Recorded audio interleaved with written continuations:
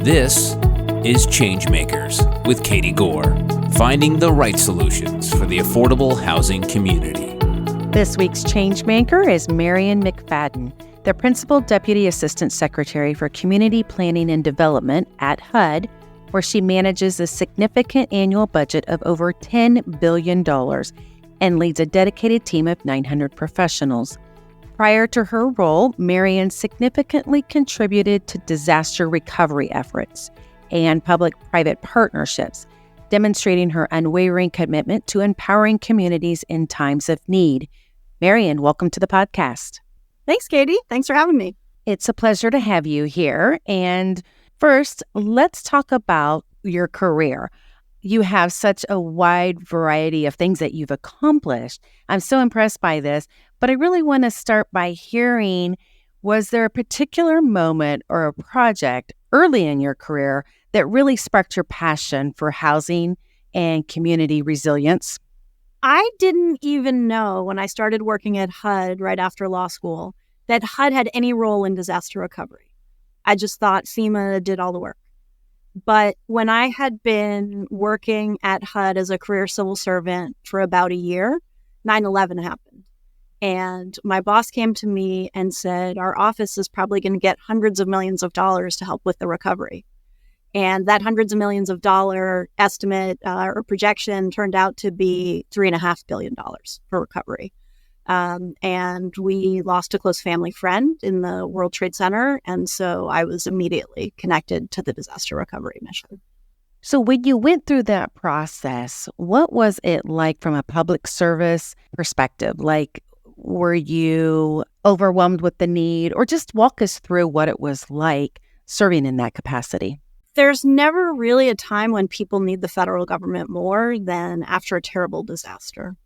So the process of asking the federal government for help starts with the governor saying to FEMA, we don't have enough money for recovery on our own. We need the federal government's help. So I really took it as a solemn duty of the federal government to do everything possible to support recovery. And back early in my career, disasters were much farther apart than they are now.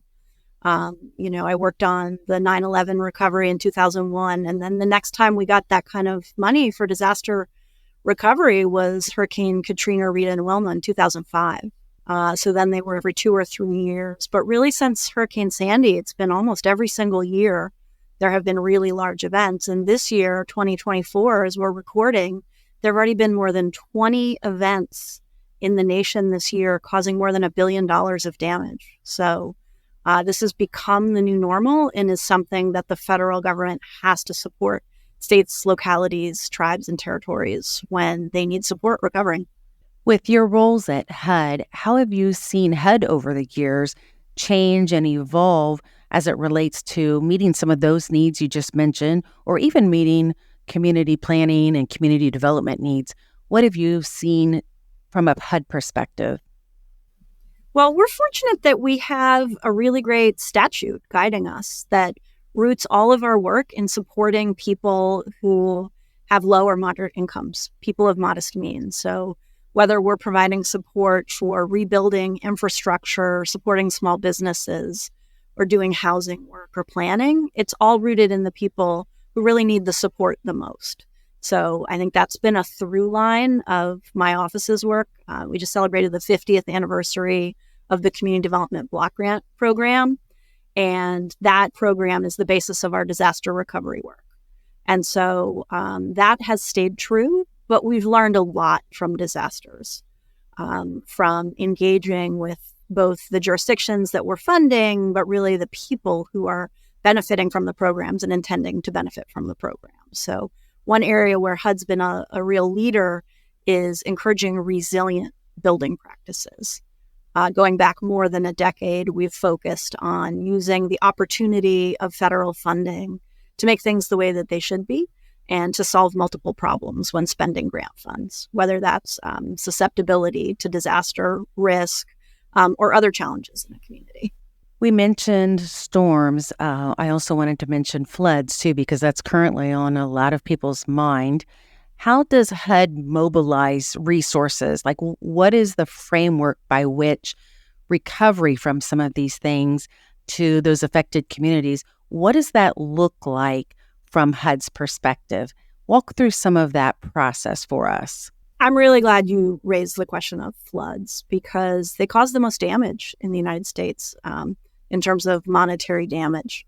And we know that homeowners and other building owners are less likely to have flood insurance than they are to have other kinds of insurance. So those damages are often borne by the taxpayer in providing support and recovery. So at HUD, we focused on increasing our rebuilding standards when we provide disaster recovery funding, but also going broader than that and looking across all the support that HUD is providing to enable construction. And we've increased the standards for building in areas that we project are going to be subject to flood. So it used to be we only looked at the current flood risk of a property, but now we look at the expected useful life of the building, right? So areas that we think are going to be more and more likely to flood.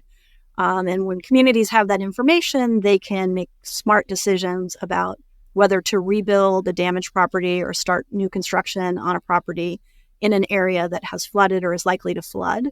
And if they are going to continue with the building, to make sure that they're taking steps to elevate the property or otherwise make it easy to bounce back after bad flooding occurs. You mentioned Community Development Block Grant Disaster Recovery. It's the acronym CDBG-DR, which is crucial because it's got some unique flexibility. How do you, as a public servant here, talk to communities who are in such a dire situation to let them know what this process looks like and what recovery looks like for them beyond just the programs, but what kind of messaging do you work with them on?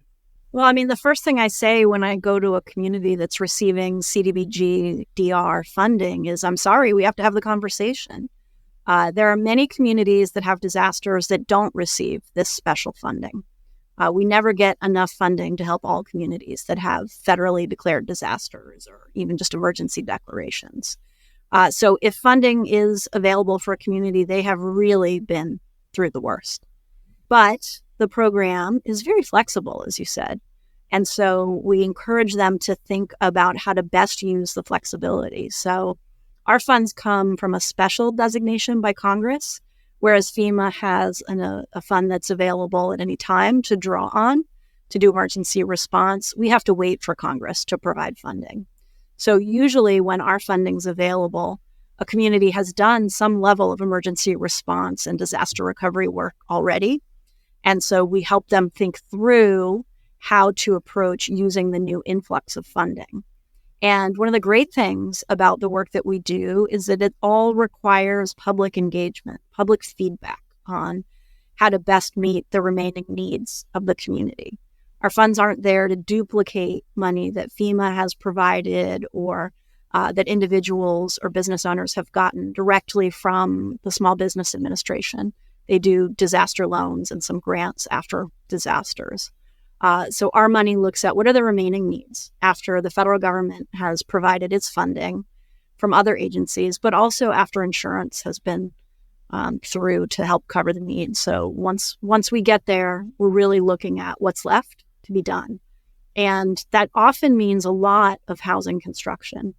FEMA's assistance is capped in the low $40,000 range. And after the worst disasters, that's simply not enough, even when paired with insurance dollars, to truly rebuild and put someone back in a safe home. One of the criticisms of disaster recovery programs is the time it takes. I have noticed that HUD is looking to streamline this application and the funding process to better quickly deploy some of these resources. Can you speak to some of what's happening or some of what you've accomplished or even hope to accomplish? From the disaster survivor perspective, recovery is never going to be fast enough. There's no amount of time that's acceptable to be out of your home, right? To be trying to deal with your life, your kids, your parents, your job, managing everybody's medical appointments. It's really overwhelming to try to do those things from a hotel or an Airbnb or from someone's couch. So speed is of the essence in dealing with people's housing situations in particular. And then also on the physical side, the longer a home is left in damaged condition, the more likely it is that the damage will get worse. So you may have particularly issues with mold and other structural damage if a home is left out in the elements. So it's important to get the money put to work really quickly. But we don't have a standing pot of money to be able to support communities. So we wait for Congress to provide funding, and then we offer that funding to communities and let them do their recovery planning process. So one of the challenges that we've had is that wait. The president has called on Congress to permanently authorize our program. It would be great to have access to a standing set of funds so that communities could plan all their federal resources at one time and understand what FEMA is going to cover and where they need additional support. But that said, the community engagement requirement that we have is at the state and local level. HUD had never actually, before this administration, gone out to the public to say, how can we do our job better? How can we speed things up? So we went out and put out a request for information in the Federal Register and invited comments on how we can speed things up, how we can make it easier to administer the funds, either as an individual receiving the funds or as a level of government responsible for administering them. How can we get more fair and equitable outcomes? It was great to put those questions out to the public, but a little bit be careful what you wish for, because we got more than 700 unique recommendations for updating the program. I joke, it was incredible. The public did not disappoint. We got a lot of affirmation of how valuable the program is in communities, but also a lot of ideas to how to keep it moving. So we're in the process now of finalizing changes that we're going to make to the program to achieve those goals that we set out to achieve. And our hope is that it will be a standing notice. We're calling it the universal notice.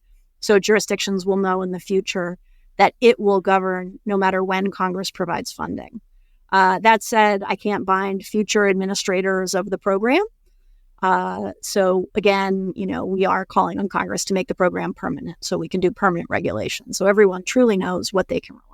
But we're excited. We're excited about the changes that we're making because we want the program to be more nimble.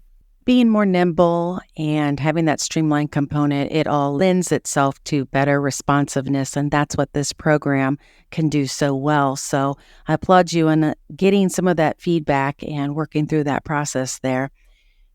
You mentioned something, and I want to bring it forward, about equity in disaster recovery.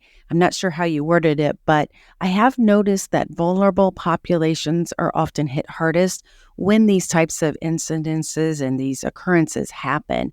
So is that something that you're getting some more clarity around through this comment process, or is that just something that you've noticed through the normal course of business? And how does that look to make sure recovery efforts are equally inclusive, especially within marginalized communities? I know that's a loaded question, but I'd like to hear what your perspective is on that. Hey, if that's a loaded question, then it was a loaded question that we put out to the public too, about how can we ensure that the program's more equitable and that we really are reaching all the people who need to be reached with support. So we have heard from our grantees and from disaster impacted communities that more can be done to reach everyone who's impacted after disasters. And so we need to be more intentional in how we design programs and how we do the outreach about them and how we support individuals and small businesses and nonprofits that are applying for assistance. So really sticking with people through the entire recovery cycle. So an example of that is assigning a caseworker to stick with a family for an entire recovery process. One of the challenges that people have on the ground is I have to keep filling out forms over and over, and every time I call, I get a new person to deal with, and it's just overwhelming. It's just frustrating and overwhelming. We hear that from, I should say, disaster survivors, lots of different ages and income and education levels. So it's something that'll be beneficial for everyone.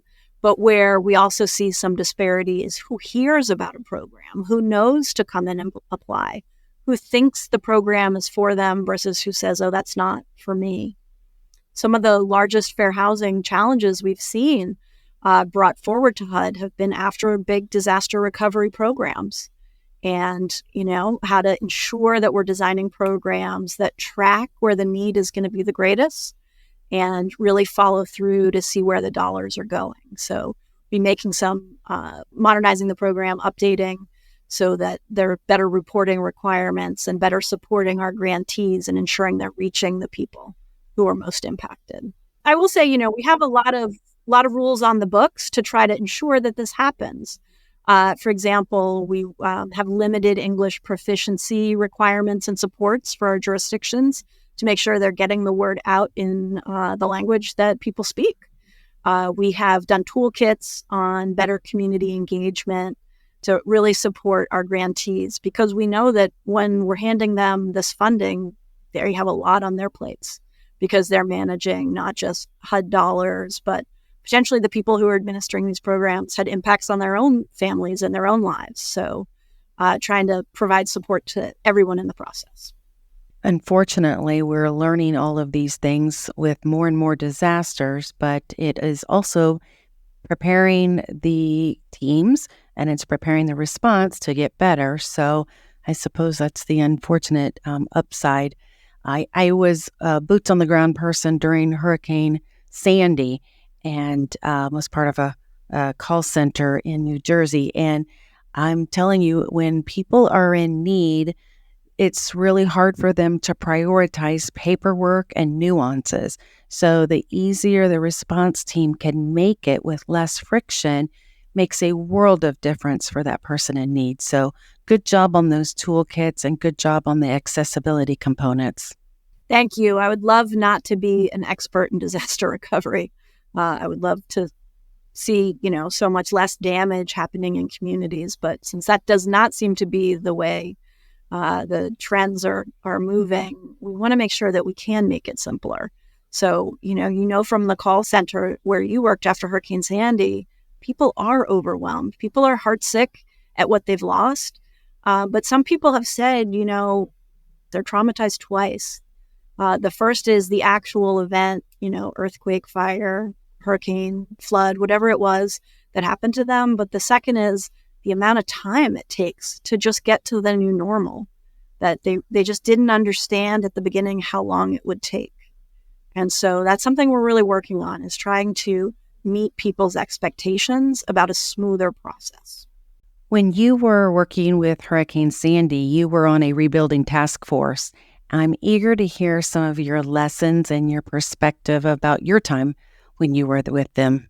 That was an extraordinary experience for me. So the beginning of Hurricane Sandy, I was a career civil servant. I was working in HUD's Office of General Counsel, supporting things from a distance, but I had the opportunity to move into a larger role. So instead of being back office, really working with disaster-impacted communities in Connecticut, New York, and New Jersey, and coordinating across the federal government. So President Obama tasked us with all working together to meet community recovery needs.